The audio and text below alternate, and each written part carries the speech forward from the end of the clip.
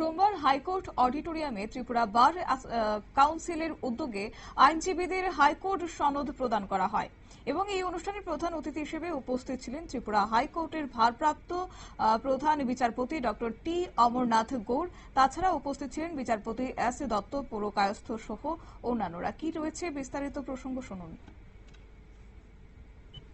आज bar council of Tripura का enrolment day है।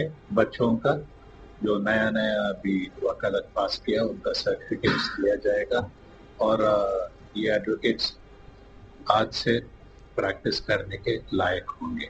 दे will be eligible to practise in the state of Tripura.